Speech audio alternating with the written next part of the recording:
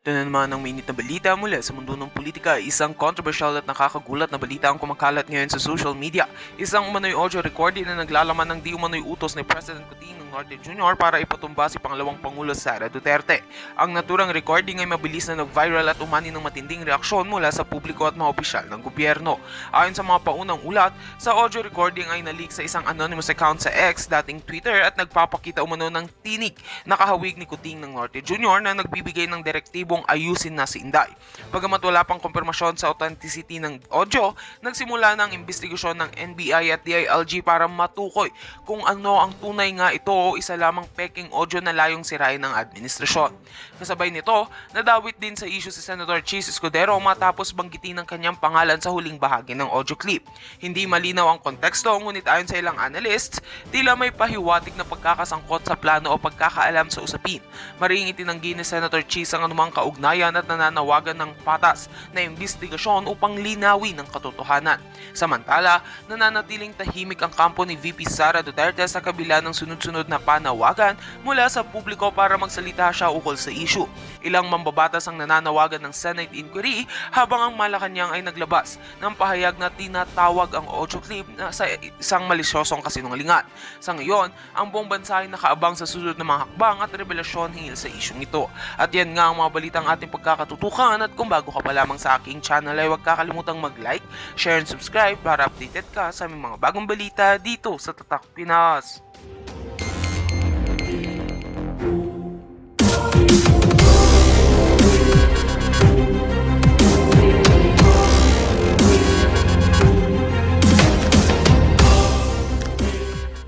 Yung mga impeachment complaints para lamang ihain sa huling araw ng aming sesyon. Tapos ngayon ay Saka yun nga no, hindi totoo naman nga kagaya nga no sinabi ko nga kanina. Talagang sinadya nilang ibinbin nga itenga yan sa Congress.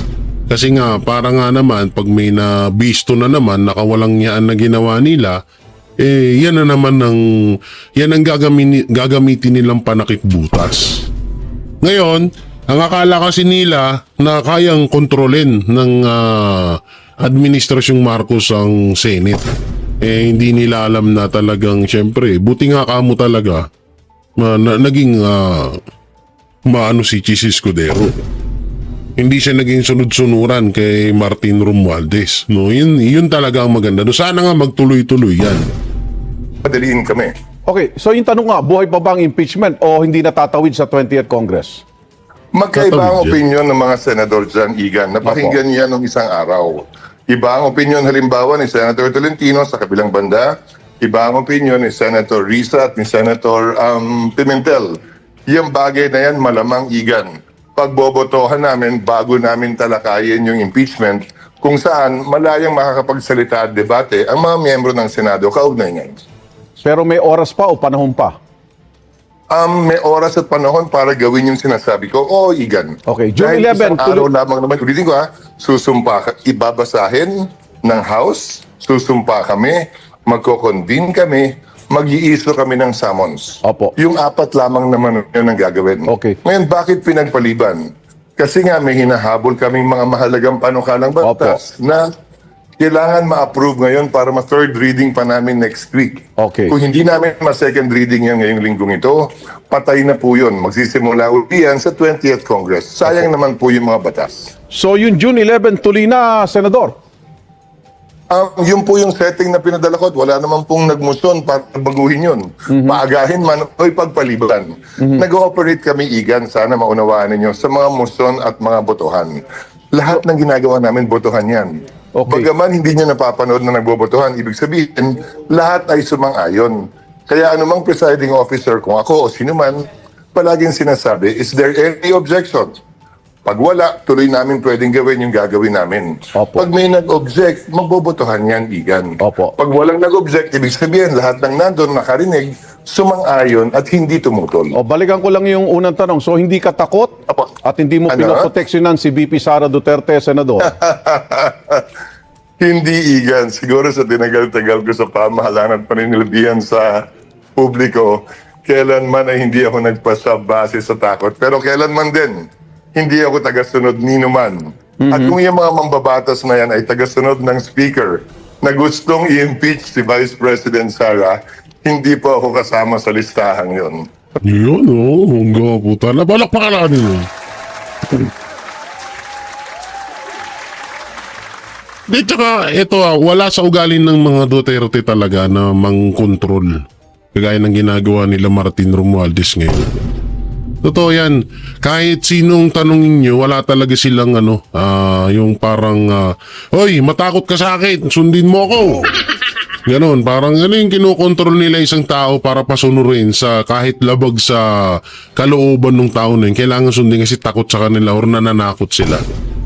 Tsaka una-una, paano nasabi ng mga hayop, ng mga kritiko ng mga Duterte na natatakot si Chis Escudero? Wala namang wala namang kapangyarihan ang mga Duterte pagdating sa gobyerno.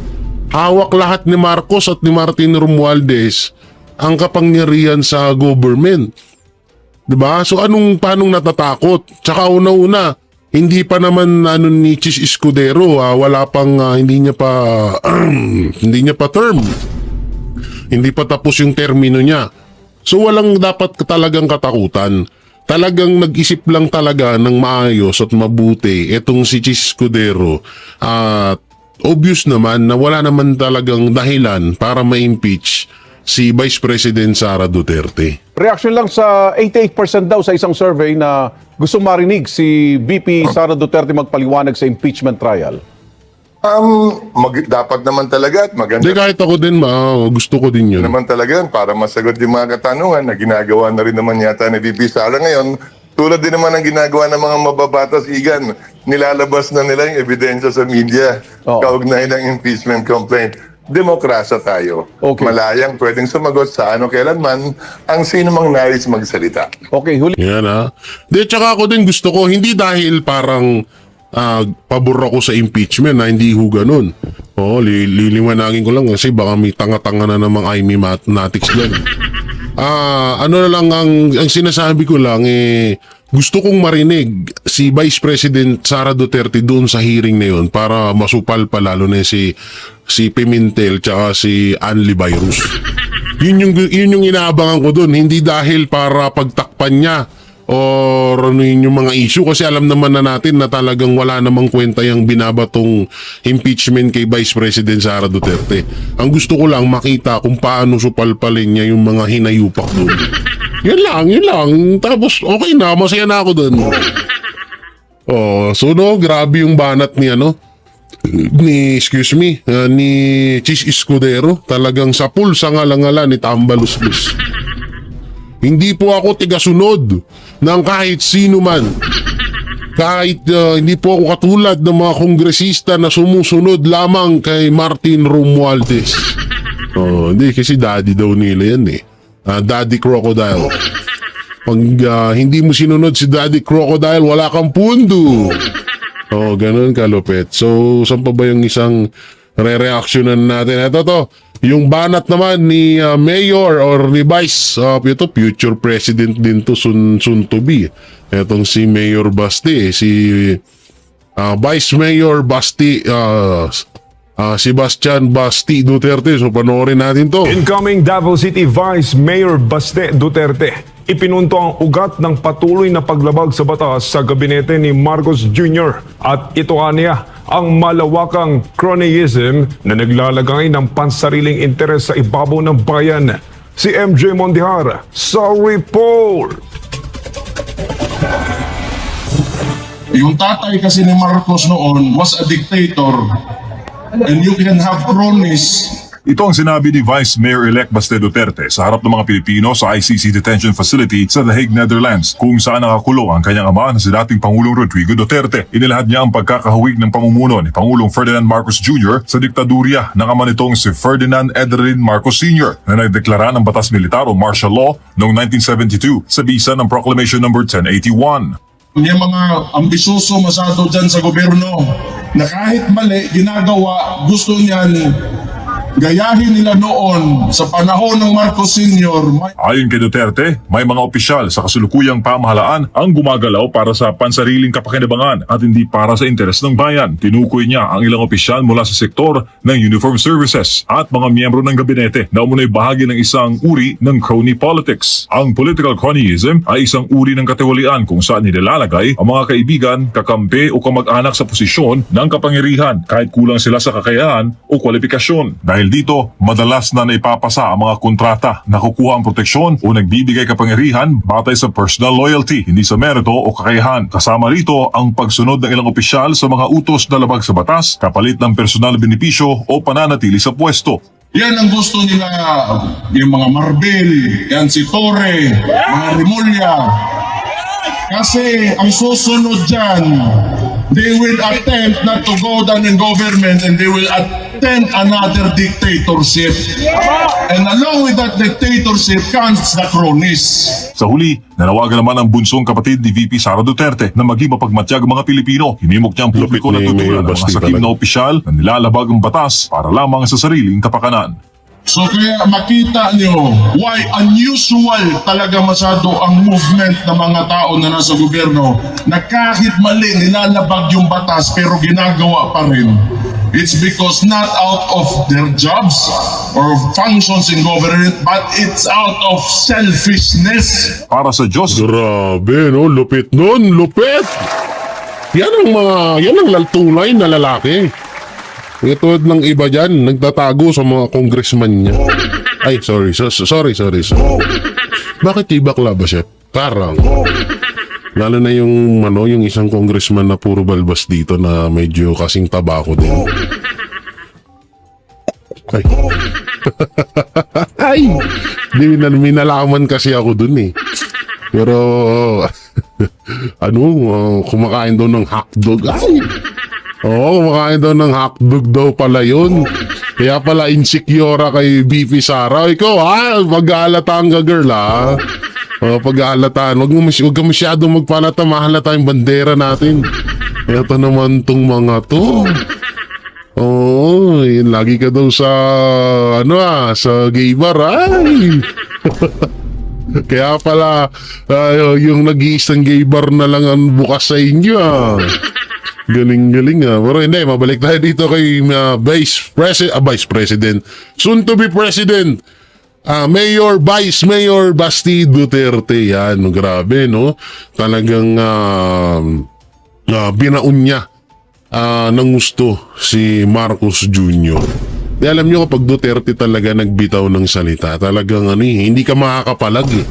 Una-una bukod sa totoo, talagang ang sakit talagang tagus-tagusan hanggang sa ngala-ngala ng mga kalaban kasi nga dahil totoo naman talaga na ganyan naman talaga ang gawain ng administrasyong Marcos.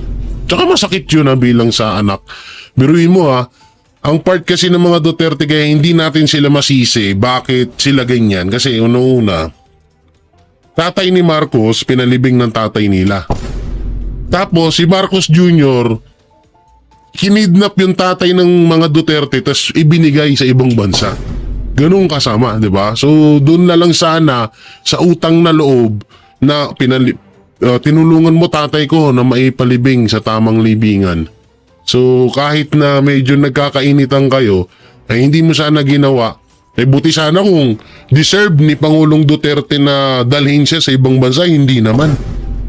Ano bang ginawa ni Pangulong Duterte sa Pilipinas? Wala naman. Yun nga lang, malaking tinik sa lalamunan talaga si PRRD ng mga Marcos kasi nga, dyan sila nabibisto. Talagang, yung mga baho nila at yung mga karakas nila na ginagawa or kabalbalan na ginagawa sa gobyerno, ay binibisto ni Pangulong Duterte. Kaya iyon din ang isa sa mga nag-push sa kanila para ay dalhin sa Netherlands or ibigay sa mga Amerikano itong si Pangulong Duterte. Kaya yun no. So kahit din naman ako, bilang anak ako, baka pagmumurahin ko pa nga yung mga hayop na yan. Baka kung ano nga lang, pwede nga lang, kung hindi nga lang ano kung hindi lang masamang gawin pag bombahin ko sa mukha yan joke lang, joke lang. Siyempre tatay ko yun, no? So masakit sa akin yun. So yung mga balateros, mga kabiyaya, anong may kukomento nyo rito, no? Ay, meron nga pala. Meron pa pala akong papanood. Ito pa pala. Ito yung tamang explanation sa confidential fund. Panoorin natin. Problema po kasi, sa Intel Fund, walang resibo. Yung confidential fund, wala ring resibo. I was mayor also before, and naging COA commissioner pa ako. Alam niyo ba, liquidation ng Intel Fund na yan, ipapasok lang sa sealed envelope, nakalagay sa circular, in sealed envelopes. Pwede ba recipe ng adobo mo, ilagay mo doon, adobong dilaw, ilagay mo doon sa sealed envelope. Di ba yan papasa sa COA? Kasi sealed envelope yan That's what I've been saying. Confidential funds. Confidential funds are reserved against the enemies of the state. Saan mo kukunin ng impormasyon para matalo mo mga kalaban, mga terorista, mga kriminal, mga komunista, mga rebelde? Siyempre, manggagaling yun sa kanila rin. Paano mo kukunin? Babayaran mo yung magtatrader sa kanila. So pag yun ay pinapirma mo na tumanggap sila ng pera, di kawawa naman papatayin nyo, pati pamilya nila. Kaya talagang hindi dapat na ipakita rin kung sino mga tumanggap ng pera. Kaya nga sabi ng ombudsman kaya nga confidential funds, ano ba kayo? Di ba? Your Honor, please. Pag na-require niyo po ang isang ahensya ng gobyerno Yan, napakinggan nyo yung sinabi ng ombudsman dito. na may confidential fund na mag-submit ng resibo, ay hindi na ho confidential fund yun. Totoo. Yan ombudsman na ho ang bumara kay Franz Castro Lipad. Totoo naman Pag ang confidential fund, nalaman mo kung ano yung nasa loob nun, hindi na confidential fund yun. Tanga talaga. Tama, palakpakan natin ng tatlong nakapagpaliwanag niyan. Guason, Panelo, tsaka ombudsman na Martinez yan. So yung mga banateros, mga kabiyaya, nung may kukomento nyo dito sa mga napag-usapan natin mapatungkol kay Cheese Escudero, kay sa impeachment laban kay Vice President Sara Duterte at sa mga binitawang salita. Tsaka yun nga, no, hindi totoo naman kagaya nga nung sinabi ko mga kanina. Siyempre, don't forget to like, share, ano yan, sinadya nilang ibinbin nga, itenga yan sa Congress. Kasi nga, para nga naman, pag may nabisto na naman, nakawalang yaan na ginawa nila, yan na naman yan ang gagamitin nilang panakip butas. Ngayon, ang akala kasi nila na kayang kontrolin ng Administrasyong Marcos ang Senate. Hindi nila alam na talagang, syempre, buti nga kamo talaga, naging maano si Cheese Escudero. Hindi siya naging sunod-sunuran kay Martin Romualdez. No, yun talaga ang maganda. Sana nga magtuloy-tuloy yan. Madaliin kami. Okay, so yung tanong nga, buhay pa ba ang impeachment o hindi natatawid sa 20th Congress? Magkaiba ang opinion ng mga senador dyan, Igan. Napakinggan niya nung isang araw. Iba ang opinion halimbawa ni Senator Tolentino sa kabilang banda. Iba ang opinion ni Senator Risa at ni Senator Pimentel. Yung bagay na yan, malamang, Igan. Pagbobotohan namin bago namin talakayin yung impeachment kung saan malayang makakapagsalita at debate ang mga miyembro ng Senado kaugnay ngayon. Pero may oras pa o panahon pa? May oras at panahon para gawin yung sinasabi ko. Oo, Igan. Okay, June Dahil 11, isang araw lamang naman, ulitin ko susumpa ibabasahin ng House, susumpa kami, magko-convene kami, mag-i-issue kami ng summons. Opo. Yung 4 lamang naman yun ang gagawin. Okay. Ngayon, bakit pinagpaliban? Kasi nga may hinahabol kaming mga mahalagang panukalang batas na kailangan ma-approve ngayon para ma-third reading pa namin next week. Okay. Kung hindi namin ma-second reading yan ngayong linggong ito, patay na po yun. Magsisimula uli yan sa 20th Congress. Sayang naman po yung mga batas. So yung June 11 tuloy na, Senador? Yun po yung setting na pinadala ko at wala naman pong nagmusyon para baguhin yun. Paagahin man o ipagpaliban. Nag-ooperate kami, Igan, sana maunawaan ninyo, sa mga musyon at mga botohan. Lahat ng ginagawa namin, botohan yan. Okay. Bagaman hindi nyo napapanood na nagbobotohan, ibig sabihin, lahat ay sumang-ayon. Kaya anumang presiding officer, kung ako o sino man, palaging sinasabi, is there any objection? Pag wala, tuloy namin pwedeng gawin yung gagawin namin. Opo. Pag may nag-object, magbobotohan yan, Igan. Opo. Pag walang nag-object, ibig sabihin lahat ng nandun nakarinig, sumang-ayon at hindi tumutol. O, balikan ko lang yung unang tanong. So, hindi ka takot Opo. at hindi mo Ano? pinoproteksyonan si VP Sara Duterte, Senador? Hindi, Igan. Siguro sa tinagal-tagal ko sa pamahalaan at paninilbihan sa publiko, kailanman ay hindi ako nagpasa base sa takot. Pero kailanman din, hindi ako tagasunod nino man. At kung yung mga mambabatas na yan ay tagasunod ng speaker na gustong i-impeach si Vice President Sara, hindi po ako kasama sa listahan yon. Yun, oh. Hanggang puta. Napalakpakan natin yun. Di, tsaka, ito wala sa ugali ng mga Duterte talaga na mang-control. Kagaya ng ginagawa nila Martin Romualdez ngayon. Totoo yan. Kahit sinong tanongin nyo, wala talaga silang yung parang, Hoy, matakot ka sa akin, sundin mo ako. Ganon, parang yung kinokontrol nila isang tao para pasunurin sa kahit labag sa kalooban ng tao na yun. Kailangan sundin kasi takot sa kanila or nananakot sila. Tsaka una-una, paano nasabi ng mga hayop, ng mga kritiko ng mga Duterte na natatakot si Chis Escudero? Wala namang wala namang kapangyarihan ang mga Duterte pagdating sa gobyerno.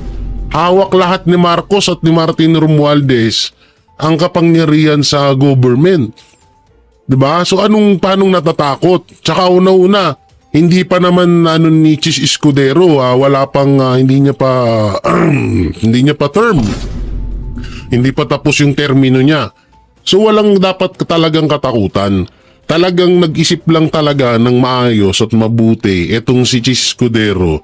At obvious naman na wala naman talagang dahilan para ma-impeach si Vice President Sara Duterte. Reaction lang sa 88% daw sa isang survey na gusto marinig si VP Sara Duterte magpaliwanag sa impeachment trial.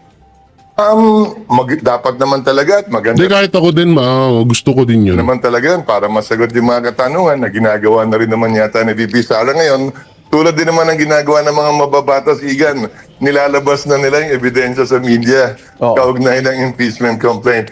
Demokrasya tayo. Okay. Malayang pwedeng sumagot sa kailanman ang sino mang nais magsalita. Okay, huli. Yan Di, tsaka ako din gusto ko, hindi dahil parang pabor ako sa impeachment na hindi ho ganun. Liliwanagin ko lang kasi baka may tanga-tanga na namang IME mathematics dyan. Ano na lang ang sinasabi ko lang gusto kong marinig si Vice President Sara Duterte doon sa hearing na yun para masupal pa lalo na si Pimentel tsaka si Anli Bayrus. Yun yung inaabangan ko doon, hindi dahil para pagtakpan niya or yung mga issue kasi alam naman na natin na talagang wala namang kwenta yung binabatong impeachment kay Vice President Sara Duterte. Ang gusto ko lang makita kung paano supalpalin niya yung mga hinayupak doon. Yun lang. Tapos okay na, masaya na ako doon. Grabe yung banat ni Chis Escudero. Talagang sa pulsa ngala-ngala ni Tambalusbus. Hindi po ako tigasunod ng kahit sino man. Kahit hindi po ako katulad ng mga kongresista na sumusunod lamang kay Martin Romualdez. Hindi kasi daddy daw nila yan Daddy Crocodile. Pag hindi mo sinunod si Daddy Crocodile, wala kang pundo.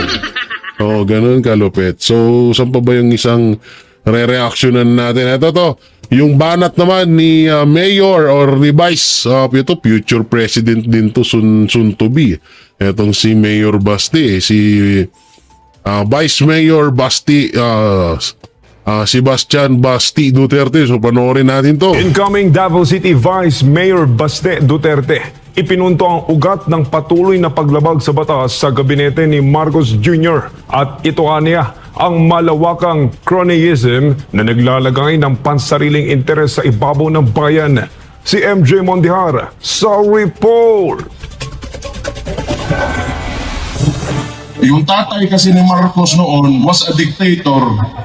And you can have cronies Ito ang sinabi ni Vice Mayor-elect Baste Duterte sa harap ng mga Pilipino sa ICC Detention Facility sa The Hague, Netherlands, kung saan nakakulong ang kanyang ama na si dating Pangulong Rodrigo Duterte. Inilahad niya ang pagkakahawig ng pamumuno ni Pangulong Ferdinand Marcos Jr. sa diktadurya ng ama nitong si Ferdinand Edelin Marcos Sr. na nagdeklara ng batas militar o martial law noong 1972 sa bisa ng Proclamation No. 1081. May mga ambisyoso masyado dyan sa gobyerno na kahit mali, ginagawa, gusto niyan gayahin nila noon sa panahon ng Marcos Sr. Ayon kay Duterte, may mga opisyal sa kasulukuyang pamahalaan ang gumagalaw para sa pansariling kapakinabangan at hindi para sa interes ng bayan. Tinukoy niya ang ilang opisyal mula sa sektor ng uniform services at mga miyembro ng gabinete na umunoy bahagi ng isang uri ng crony politics. Ang political cronyism ay isang uri ng katiwalian kung saan nilalagay ang mga kaibigan, kakampi o kamag-anak sa posisyon ng kapangyarihan kahit kulang sila sa kakayahan o kwalifikasyon. Dahil dito, madalas na naipapasa ang mga kontrata na kukuha ang proteksyon o nagbibigay kapangyarihan batay sa personal loyalty, hindi sa merito o kakayahan. Kasama rito ang pagsunod ng ilang opisyal sa mga utos na labag sa batas, kapalit ng personal benepisyo o pananatili sa pwesto. Yan ang gusto nila, yung mga Marbel, yan si Torre, mga Remulla. Kasi ang susunod dyan, they will attempt not to go down in government and they will attempt another dictatorship. And along with that dictatorship comes the cronies. Sa huli, nanawagan naman ang bunsong kapatid ni VP Sara Duterte na maging mapagmatyag ang mga Pilipino. Hinimok niya ang publiko na Lupit ni tutulan Mayor ng mga Basti sakim talaga. na opisyal na nilalabag ang batas para lamang sa sariling kapakanan. So kaya makita nyo why unusual talaga masyado ang movement ng mga tao na nasa gobyerno na kahit mali nilalabag yung batas pero ginagawa pa rin. It's because not out of their jobs or functions in government but it's out of selfishness. Para sa Diyos, Grabe, no? Lupit nun, lupit! Yan ang tunay na lalaki. Ito ng iba dyan, nagtatago sa mga congressman niya. Ay, sorry. Bakit di bakla ba siya? Parang. Lalo na yung isang congressman na puro balbas dito na medyo kasing tabako din. Ay. Ay! May nalaman kasi ako dun eh. Pero, kumakain daw ng hotdog. Ay! Oo, kumakain daw ng hotdog daw pala yun. Kaya pala insecure kay BP Sara. Ikaw mag-aalata ang girl pag-aalataan. Huwag ka masyadong magpalata, mahalata yung bandera natin. Ito naman tong mga to. Oo, yun, lagi ka daw sa, sa gay bar, ay. Kaya pala, yung nag-iisang gay bar na lang ang bukas sa inyo, Galing Pero hindi, mabalik tayo dito kay Vice President. Soon to be President. Vice Mayor Basti Duterte. Yan, grabe, no? Talagang binaon niya ng gusto si Marcos Jr. Di alam niyo kapag Duterte talaga nagbitaw ng salita, talagang hindi ka makakapalag eh. Una-una bukod sa totoo, talagang ang sakit talagang tagus-tagusan hanggang sa ngala-ngala ng mga kalaban kasi nga dahil totoo naman talaga na ganyan naman talaga ang gawain ng administrasyong Marcos. Tsaka masakit yun bilang sa anak. Biruin mo ang part kasi ng mga Duterte kaya hindi natin sila masisi bakit sila ganyan kasi una-una tatay ni Marcos pinalibing ng tatay nila. Tapos si Marcos Jr. kinidnap